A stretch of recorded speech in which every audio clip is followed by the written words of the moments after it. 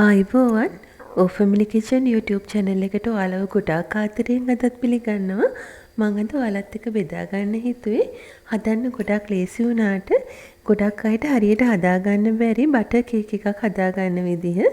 ඇත්තටම හරි උසකට ඒ වගේම මැද අමු වෙන්නේ නැතුව මැදින් බහින්නේ නැතුව බටර් කේක් එකක් හදා ගන්න පුළුවන් මෙන්න මේ විදිහට හැදුවොත්. අපි දැන් බලමු මේක මම හැදුවේ කොහොමද කියලා. මම කේක් එක හදන්න කලින් මගේ කේක් ට්‍රේ එක මෙන්න මේ විදිහට ලෑස්ති කරගත්තා. මේක අඟල් 8යි 8 ට්‍රේ එකක්. ඒකට මම ඔයිල් පේපර් එක දාලා තියාගත්තා ඉස්සෙල්ලාම. ඊට පස්සේ අපිට ඕන දේවල් බලමු. මම මෙතන අරන් තියෙනවා බටර් ග්‍රෑම් 250ක්. ඒ වගේම සුදු සීනි ග්‍රෑම් 250ක් අරන් තියෙනවා. පාන් පිටි ග්‍රෑම් 250ක් මම ගත්තා. ලොකු බිත්තර 4ක් ගත්තා. බේකින් පවුඩර් තේ හැඳි 2ක් තියෙනවා. ඒ වගේම අපිට ඕන කරන වැනිලා තේ හැඳි 2ක්. අපි දැන් කේක් එක හදන්නේ ඉස්සෙල්ලාම කරන්න ඕනේ අපේ පාන් පිටි ටිකට බේකින් පවුඩර් ටික දාගෙන පාන් පිටි ටික 3 පාරක් හොඳට හලා ගන්න එක. එකල ඒ පාන් පිටි ටික හොඳට හුලං වදින්න නැති භාජනයක අපි වහලා තියාගමු. බිත්තර 4ත් කඩලා බෝල් එකකට දාගන්න. ඊට පස්සේ අපිට පුළුවන් බටර් ටික මෙන්න මේ වගේ ටිකක් පොඩිවට කපාගෙන අපි බීට් කරන්න ගන්න බෝල් එකට දාගන්න. බටර් ටික බෝල් එකට දාගත්තට පස්සේ බීට් එකේ ස්පීඩ් එක එකට දාලා අපි බටර් එක විනාඩියක් වගේ චුට්ටක් මෙන්න මේ විදිහට බීට් කරගමු. විනාඩියකට විතර පස්සේ අපිට පුළුවන් ඒකට සීනි 250 එකතු කරන්න. සීනි 250 එකතු කරායින් පස්සේ විනාඩි 2ක් වගේ අපි බීට් කරගන්න ඕනේ. සීනි ටික හොඳටම දිය වෙන්න අත්‍යවශ්‍ය නැහැ. විනාඩි 2ක් වගේ බීට් කරගත්තාම ඇති. හැබැයි අපි එකම පැත්තට හැමතිස්සෙම කේක් එක බීට් කරගන්න ඕනේ. විනාඩි 2ක් විතර ගියාට පස්සේ අපිට පුළුවන් බිත්තර එක එක අපේ මිශ්‍රණයට එකතු කරගන්න. බිත්තර එකතු කරගත්තයින් පස්සේ අපි බීට් එකේ ස්පීඩ් එක 2ට දාලා විනාඩි 2 ගානේ බීට් කරගන්න ඕනේ. ඒ කියන්නේ බිත්තර 4ට විනාඩි 8ක් බීට් වෙන්න ඕනේ කේක් මිශ්‍රණේ. මෙන්න මේ විදිහට අපි එක එක බිත්තර එකතු කරලා බීට් කරගමු.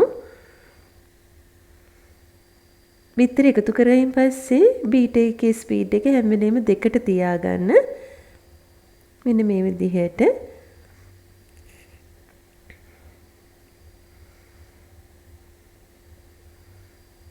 අපි දැන් අපේ අන්තිම බිත්තරෙත් මෙන්න මේ විදිහට එකතු කරගමු. අන්තිම බිත්තරෙත් එකතු කරලා මේක මිශ්‍ර කරගද්දී සීනි ටික ඔක්කොම දිය වෙලා ඉවරයි. අපිට ඒ වෙලාවේ පුළුවන් මේක බීට් කරන එක නවත්තන්න. දැන් අපිට තියෙන්නේ පාන් පිටි ටික දාගන්න. පාන් පිටි ටික අපි තුන් පාරකට හරි 4 පාරකට හරි දාගන්න ඕනේ. එකපාර එකතු කරගන්න බෑ. මෙන්න මේ විදිහට දාලා හැන්දකින් හරි ස්පැචුලා එකකින් හරි කවලම් කරගන්න ඕනේ. ඒ කවලම් කරගද්දිත් අපි හැමතිස්සෙම එකම පැත්තකට තමයි මිශ්‍රණය කවලම් කරගන්න ඕනේ.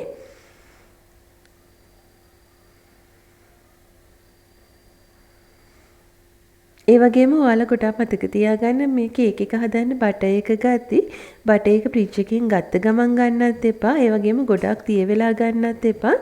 සාමාන්‍යයෙන් බටර් එකට අපි ඇඟිල්ල තියලා තද කරාම ඒක ඉක්මනට උඩට එන මට්ටමේට බටර් එකේ උෂ්ණත්වය තියලා ගන්න. ගොඩක් තේ වුණොත් කේක් එකේ තෙල් ගතිය වැඩි වෙන්න පුළුවන්. පිටි ටික ඔක්කොම මිශ්‍ර කරායින් පස්සේ අපිට පුළුවන් වැනිලා එකතු කරන්න. මම මුලින්ම එක වැල්ල තේ හැඳ මෙන්න මේ විදිහට එකතු කරලා ඒක ආපහු විනාඩි භාගයක් වගේ කවලම් කරගන්නවා. ටිකක් අතික්මන් කරලා එකම පැත්තට මෙන්න මේ විදිහට කවලම් කරගන්න ඕනේ. ඊට පස්සේ අපිට පුළුවන් තව වැල්ල තේ හැඳක් එකතු කරන්න. ඒකත් අපි ඉක්මනට කවලම් කරගමු.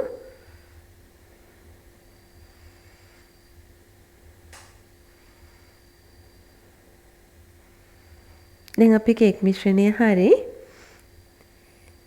ඔයාලා පාන් පිටි එකතු කරන්න පටන් ගන්න කලින් හැමතිස්සෙම ඔයාලගේ oven එක ප්‍රීහීට් කරගන්න. සාමාන්‍ය කේක් එකක් බේක් වෙන්න සුදුසු උෂ්ණත්වය තමයි සෙල්සියස් අංශක 180 හෝ 170. මම 170ට ප්‍රීහීට් කරගත්ත oven එක. මිශ්‍රණය ට්‍රේ එකට දාලා මෙන්න මේ විදිහට ඒක චුට්ටක් තට්ටු කරලා oven එකට දාන්න ඕනේ. මේ තියෙන්නේ මම බේක් කරගත්ත මගේ කේක් එක.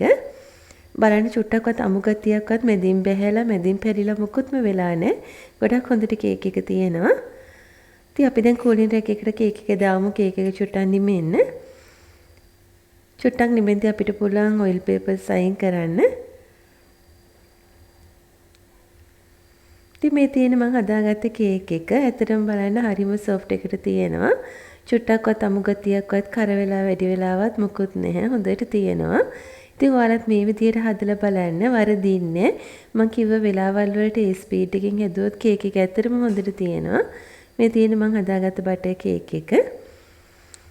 ඉතින් මගේ මේ වීඩියෝ එක නරඹුවාලට ඔයාලට ගොඩාක් ස්තුතියි. ලයික් එකක් කමෙන්ට් එකක් දෙන්න. ඒ වගේම channel එක